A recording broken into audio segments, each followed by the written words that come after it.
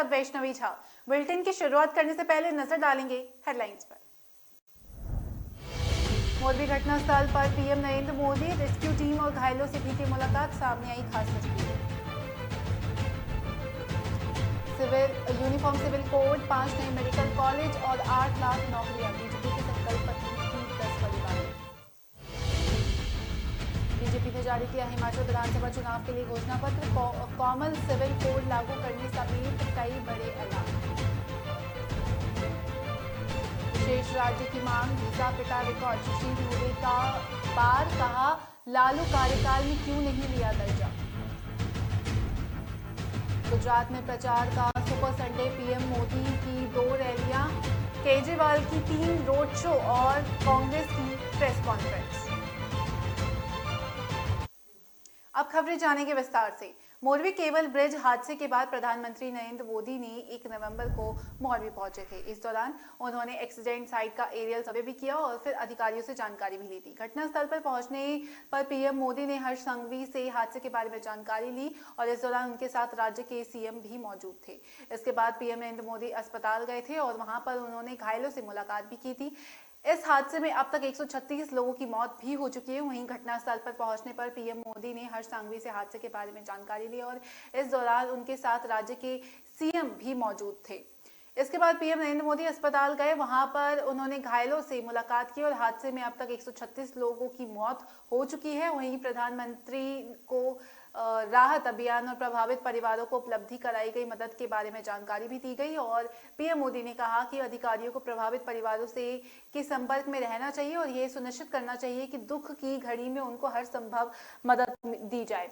साथ ही गुजरात के स्वास्थ्य सचिव मनोज अग्रवाल ने संवाददाता से कहा कि पीएम नरेंद्र मोदी ने घायलों से मुलाकात करने के बाद उनसे घटनास्थल के बारे में पूछा और उन्होंने कहा कि अस्पताल में चल रहे उपचार के बारे में भी उनसे बातचीत की। वहीं मोरबी पुल हादसे को लेकर गुजरात की बीजेपी सरकार की आलोचना करते हुए तृणमूल कांग्रेस यानी कि टीएमसी ने सवाल किया था कि क्या पीएम मोदी गुजरात की निंदा करेंगे, जैसे कि उन्होंने 2016 में पश्चिम बंगाल में हुई घटना को लेकर की थी। वहीं टीएमसी महासचिव कुणाल घोष ने कहा कि 2016 की विधानसभा चुनाव के दौरान कोलकाता में जब एक पुल गिर गया था तब पीएम मोदी ने पार्टी के पक्ष में चुनाव प्रचार करते हुए इसके लिए भ्रष्टाचार को मुख्य रूप से जिम्मेदार ठहराया था। अब उन्हें गुजरात में हुई घटना के बारे में ऐसा ही कहना चाहिए।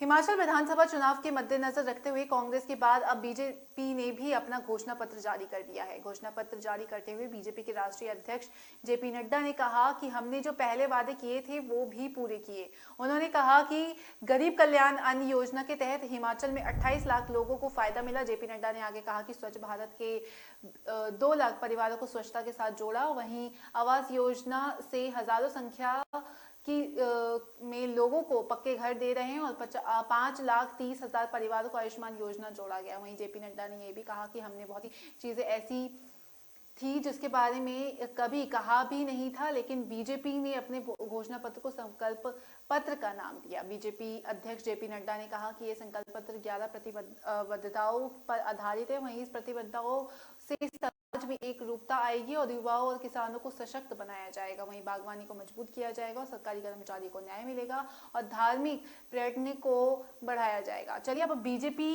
के घोषणा पत्र की 10 बड़ी बातें जानते हैं। जेपी नड्डा ने 10 बड़ी बातों में कहा कि बीजेपी सरकार राज्य में सम्मान नागरिक संहिता लाएगी। दूसरी बड़ी बात ये कही कि जेपी नड्डा ने कहा कि बीजेपी सरकार चरणबद्ध तरीके से 8 लाख से अधिक रोजगार के अवसर उपलब्ध कराएगी। तीसरी बड़ी बात ये निकल कर आई कि सभी गांवों को पक्की सड़क से जोड़ा जाएगा। चौथी बड़ी बात ये निकल के आई कि हम यहाँ नए मेडिकल कॉलेज भी खोलेंगे और 5वीं बड़ी बात ये निकल के आई कि नौजवानों के लिए हम स्टार्टअप भी योजना भी लाएंगे और छठी बड़ी बात ये निकल के आई कि बीजेपी सरकार एक कार्यक्रम शक्ति शुरू करेगी जिसके तहत धार्मिक स्थलों और मंदिर के आसपास बुनियादी ढांचे और परिवहन के विकास के लिए 10 साल की अवधि में 12,000 करोड़ रुपए खर्च किए जाएंगे। 7वीं बात ये निकल कर आई कि सेब बागवानों के लिए पैकेजिंग के लिए जीएसटी में राहत भी दी जाएगी। वहीं 8वीं बड़ी बात जो कि जेपी नड्डा ने कहा वो ये थी कि वक्फ की संपत्ति का सर्वे भी किया जाएगा। वहीं 9वीं बड़ी बात शहीद जवान के परिजनों को मिलने वाली एक्स ग्रेशिया पेमेंट का इजाफा किया जाएगा। 10वीं बड़ी बात ये निकल कर आए कि योजना को प्रधानमंत्री किसान सम्मान निधि के साथ 3,000 रुपए अतिरिक्त मिलेंगे। तो ये 10 बड़ी बातें बीजेपी की तरफ से निकल कर सामने आई।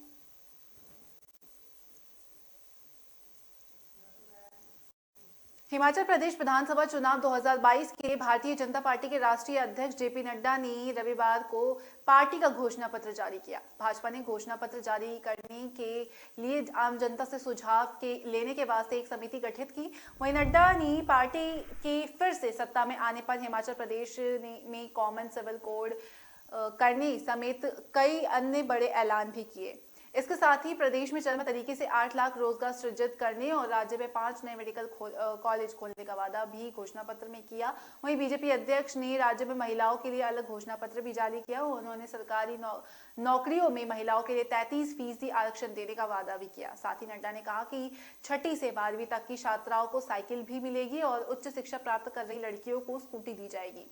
वहीं भाजपा का उद्देश्य है कि हिमाचल प्रदेश में हम हर बार सरकार बदलने की प्रवृत्ति रोकी जाए और हिमाचल प्रदेश की 66 सदस्यीय विधानसभा के लिए मतदान 12 नवंबर को होगा और इसमें सिर्फ 6 दिनों का वक्त रह गया है। और घोषणा पत्र जारी करने के वक्त मुख्यमंत्री जयराम ठाकुर, बीजेपी की प्रदेशाध्यक्ष सुरेश कश्यप और केंद्रीय मंत्री अनुराग ठाकुर समेत कई अन्य स्थानीय भाजपा नेता उस दौरान मौजूद रहे। और भाजपा ने अपने घोषणा पत्र यानी कि संकल्प पत्र में कॉमन सिविल कोड यानी कि यूनिफॉर्म सिविल कोड, महिलाओं के लिए सरकारी नौकरियों में 33% आरक्षण, रोजगार और 5 नए मेडिकल कॉलेज खोलने समेत 11 प्रमुख घोषणाएं की।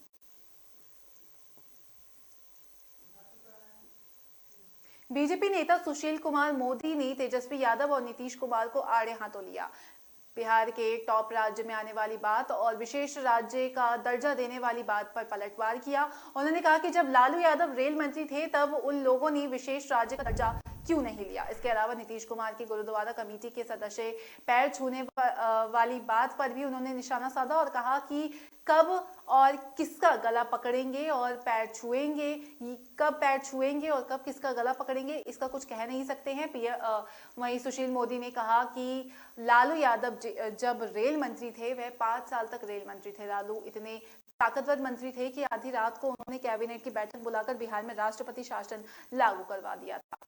अगले 5 साल आरजेडी यूपीए सरकार की मदद कर रही थी। उस समय बिहार की विशेष राज्य दर्जा क्यों नहीं दिलवाया। उस दौरान भी तो उन्होंने ये बातें छेड़नी चाहिए थी। और साथ ही उन्होंने कहा कि वहीं घिसा पिटा रिकॉर्ड चल रहा है विशेष राज्य का दर्जा। मेरा सवाल है कि देश में बीते 12 साल 13 साल में किसी को विशेष राज्य का दर्जा मिला है क्या? मोदी सरकार ने जो 1.5 लाख करोड़ का पैकेज दिया वो विशेष राज्य की तुलना से कई गुना ज्यादा है। जब बीजेपी बिहार सरकार से बाहर आती है तो नीतीश कुमार ऐसे ही विशेष राज्य का राग अलापने लगते हैं। लालू यादव ने रेल मंत्री रहते हुए क्यों नहीं बिहार को विशेष राज्य का दर्जा दिलवाया। आज नरेंद्र मोदी विशेष राज्य के पैकेज के साथ ज्यादा राज्यों को सुविधा और पैकेज दे रही है, आगे भी मदद कर रही है।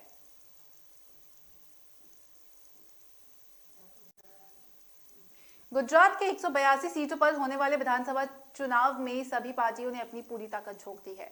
सत्ता पक्ष बीजेपी, विपक्ष कांग्रेस और पहली बार आजमा रही आम आदमी पार्टी ने वोटरों को रिझाने के लिए पिटारा खोल दिया है। अपने वादों को धार देने के लिए आज फिर सियासी दलों के दिग्गजों की धुआंधार रैलियां भी हुई और प्रधानमंत्री नरेंद्र मोदी रविवार 6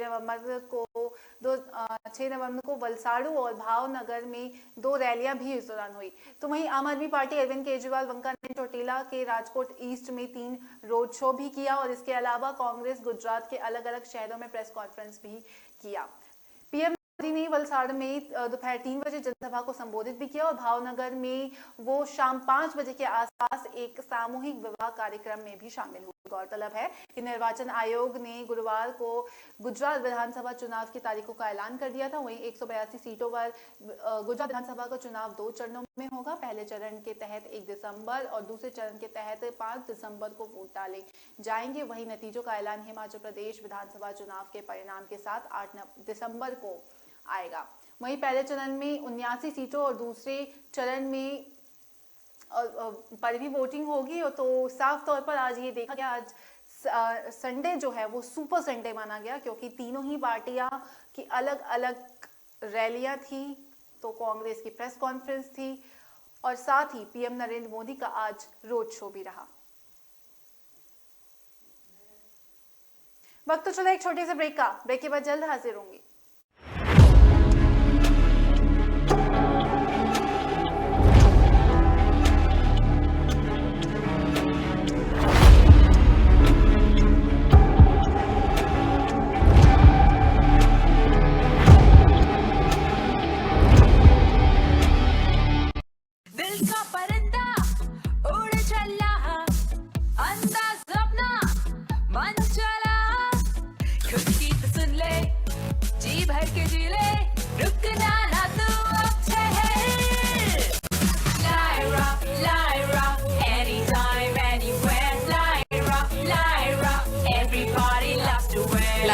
Anytime, anywhere.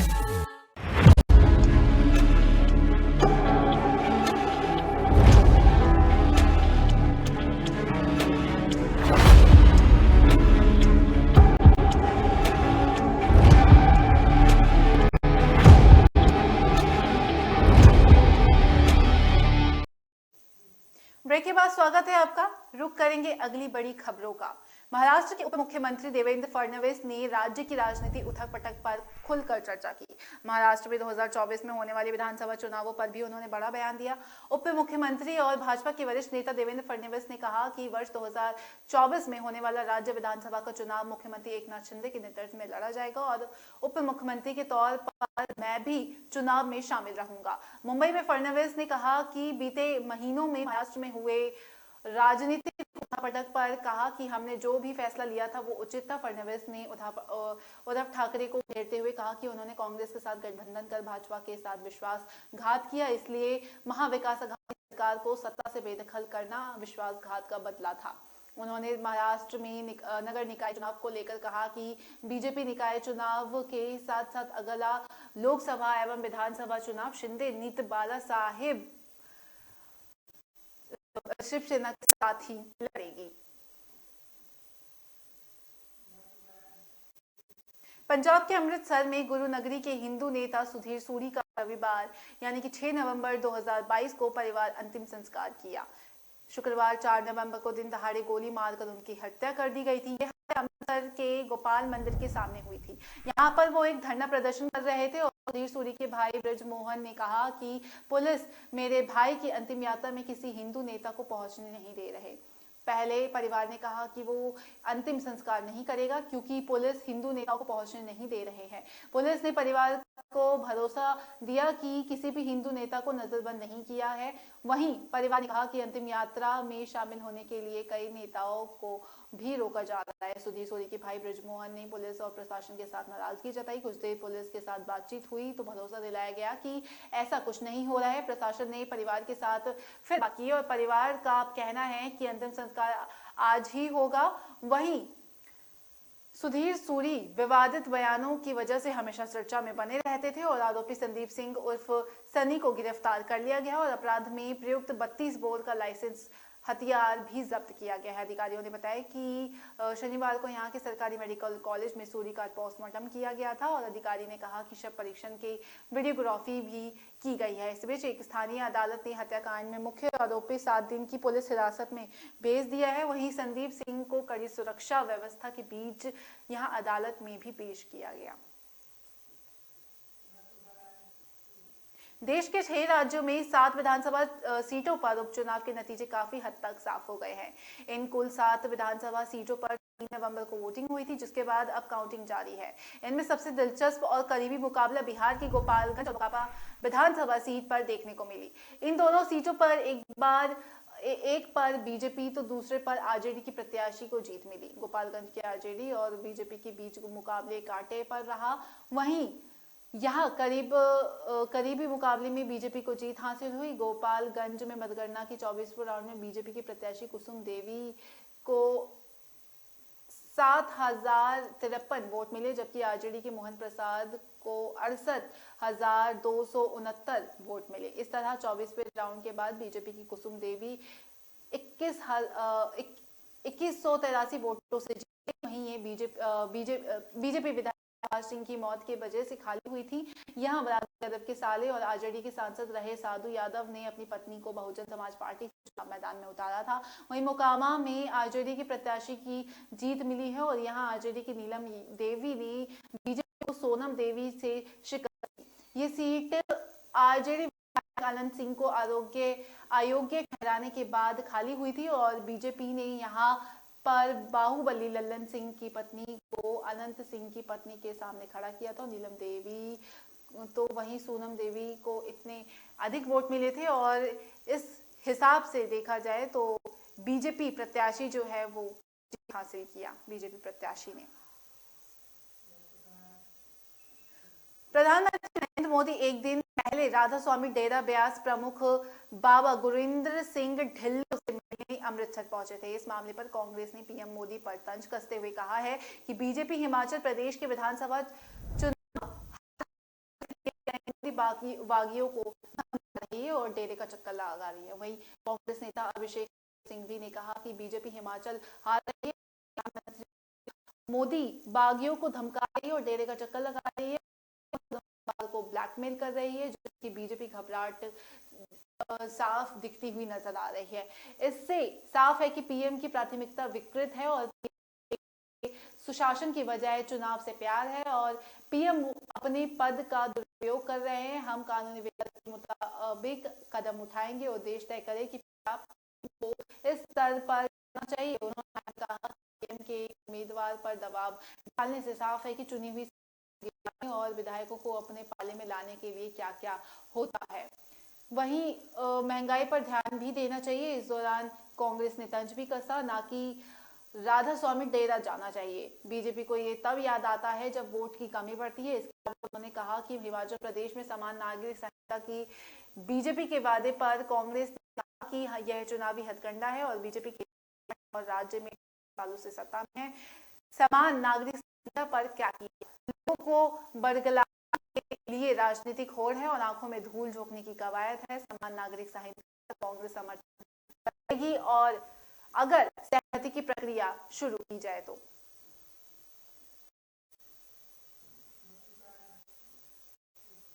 पाकिस्तान ननकाना साहिब 6 से 15 नवंबर तक गुरु नानक जयंती मनाई जाएगी और इससे भारत के पंजाब के बहुत से सिख तीर्थयात्री पाकिस्तान के ननकाना साहिब में गुरु नानक जयंती के शुभ अवसर पर शामिल होना चाहते थे। उन सभी को निराशाओं का सामना करना पड़ा। दरअसल पाकिस्तान के ने ननकाना साहिब जाने के लिए इच्छुक सिख तीर्थयात्रियों के 1496 वीजा में 586 वीजा रद्द कर दिया। वहीं शोरमनी गुरुद्वारा प्रबंधक कमेटी ने ननकाना साहिब लिए 1496 वीजा आवेदन किए गए, केवल 910 को ही अनुमति मिली। 910 तीर्थयात्रियों को वीजा केवल सिर्फ 10 दिनों के लिए ही है। वही कमेटी प्रबंधक सिंह ने कहा कि प्रशासन को धार्मिक वीजा रद्द नहीं करनी चाहिए, इससे सिख तीर्थयात्री बेहद निराश है। उन्होंने कहा कि भारत और पाकिस्तान दोनों ही देश को ऑन अराइवल वीजा की सुविधा उपलब्ध कराने चाहिए। अटारी बाघा और पर वीजा कार्यालय खुला होना चाहिए। ने कहा कि पाकिस्तान में ननकाना दर्शन के लिए जो पहली बस चलते थे उसे भी बंद कर दिया गया है, ताकि यहाँ तक कि समझौता एक्सप्रेस ट्रेन को भी रोक दिया गया है। ऐसा नहीं होना चाहिए, देश को दोबारा शुरू करना चाहिए। वहीं और जैसे कि दिल्ली से लाहौर तक के लिए बस जाती है। साथ ही हरभजन सिंह ने आगे कहा कि दो देशों को नफरतों के दौर में हम दोनों ही देशों को धार्मिक स्थलों के माध्यम से भी जोड़ना चाहिए। फिलहाल वक्त तो चला एक छोटे से ब्रेक का। ब्रेक के बाद जल्द हाजिर होंगे।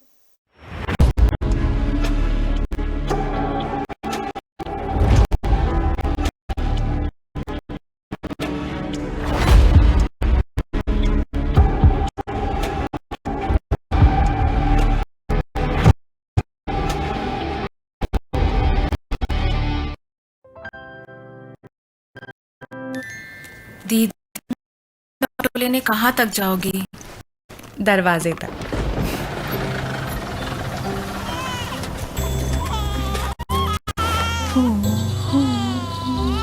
जो सोचे जो चाहे वो करे।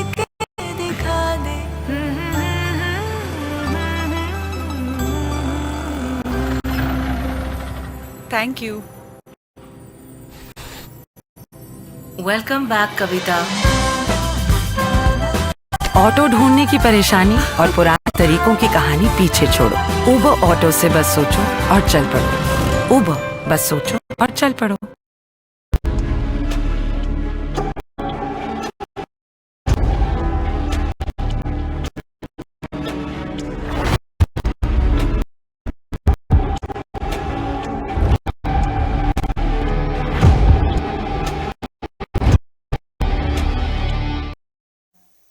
ब्रेक के बाद स्वागत है आपका। बढ़ेंगे अगली खबर की ओर। विधानसभा चुनाव के मद्देनजर रखते हुए राहुल गांधी ने गुजरात के लोगों को 8 वचन दिए। उन्होंने बीजेपी पर निशाना साधते हुए ट्विटर पर कहा कि बीजेपी के इंजन से धोखे से बचाएंगे और प्रदेश में परिवर्तन का उत्सव मनाएंगे।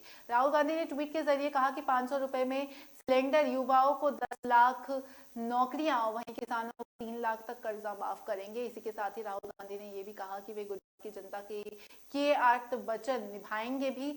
और कांग्रेस ने गुजरात विधानसभा चुनाव के लिए 8 वचन दिए। चुनाव आयोग ने गुजरात विधानसभा चुनाव की तारीखों का ऐलान कर दिया है और राज्य में पहले चरण में 1 दिसंबर को होगा, वहीं दूसरे चरण का मतदान 8 दिसंबर को होगा और गुजरात की 182 सीटों के नतीजे आएंगे। कर्नाटक के दक्षिण कन्नड़ जिले के कलई सुअर स्वाइन फ्लू का मामला सामने आया। अफ्रीकन स्वाइन बुखार का ये केस केंद्र में आया और अधिकारी ने कहा कि इस बीमारी को फैलने से रोकने के लिए राष्ट्रीय रोग नियंत्रण दिशा निर्देशों के अनुसार आवश्यक कदम उठाए जाएंगे। जिला पशुधन रोग प्रबंधन समिति के अध्यक्ष और उपायुक्त ने कहा कि इस प्रजनन केंद्र के 1 किलोमीटर ग्रस्त क्षेत्र और 10 किलोमीटर के दायरे को अलर्ट किए कर अलर्ट एरिया घोषित किया है और उन्होंने कहा दिया है कि रोगग्रस्त सुअरों को वैज्ञानिक तरीकों से मार देना जाना चाहिए था। उस जगह पर कीटनाशक का छिड़काव किया जाना चाहिए था। जनता को उस जगह पर जाने से रोकने के लिए एक नेम प्लेट लगाई जाएगी। वहीं दक्षिण कन्नड़ के उपायुक्त MR रवि कुमार ने कहा कि लोगों को घबराने की जरूरत नहीं है क्योंकि संक्रमण इंसानों या अन्य जानवरों में नहीं फैलता है। उन्होंने अगर सुअर का मांस ठीक से जाता है तो इसका सेवन करने में कोई बुराई नहीं है। स्वाइन फ्लू के प्रकोप में H1 वहीं H1 के रूप में भी जानते हैं और इसे जून 2009 में विश्व स्वास्थ्य संगठन ने एक महामारी घोषित किया था। अब ये देशों में फैल गया।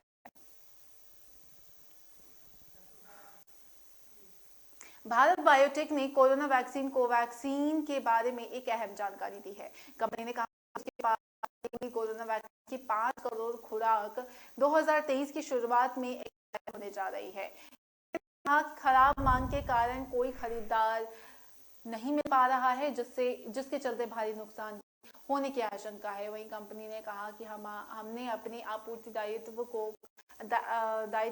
और टीके की मांग में आई कमी को देखते हुए अस्थायी रूप से इसके उत्पादन को फिलहाल बंद करने का फैसला लिया गया है। हमारे पास अभी पर्याप्त मौजूद नहीं है, इसलिए 5 करोड़ से अधिक खुराक एक्सपायर होने की कगार पर है। वहीं कंपनी ने कहा कि आने वाले समय में कंपनी लंबित सुविधा रखरखाव, बीजेपी और सुविधा अनुकूलन गतिविधि और पर ध्यान केंद्रित करेगा। वहीं उन्होंने कहा कि कोरोना वायरस महामारी के रूप में आए आपातकाल के दौरान कंपनी के सभी मौजूदा सुविधाओं की कोवैक्सीन के उत्पादन के रूप में उसके अनुसार बदला जाएगा। तो साफ तौर पर कोवैक्सीन की कंपनी की तरफ से ये बातें निकल कर सामने आने वाले साल में कोवैक्सीन जो है बर्बाद हो जाएगा। भारत जोड़ो यात्रा का आज 60वां दिन रहा। वही तेलंगाना से ये शुरू हुई और इस यात्रा में वरिष्ठ वकील प्रशांत भूषण शामिल हुए। इस पार्टी के ट्विटर हैंडल पर यात्रा का वीडियो भी शेयर किया गया जिसमें राहुल गांधी प्रशांत भूषण का हाथ पकड़े हुए दिखाई दे रहे हैं और इस दौरान राहुल के साथ कांग्रेस कार्यकर्ता का हुजूम भी दिखा।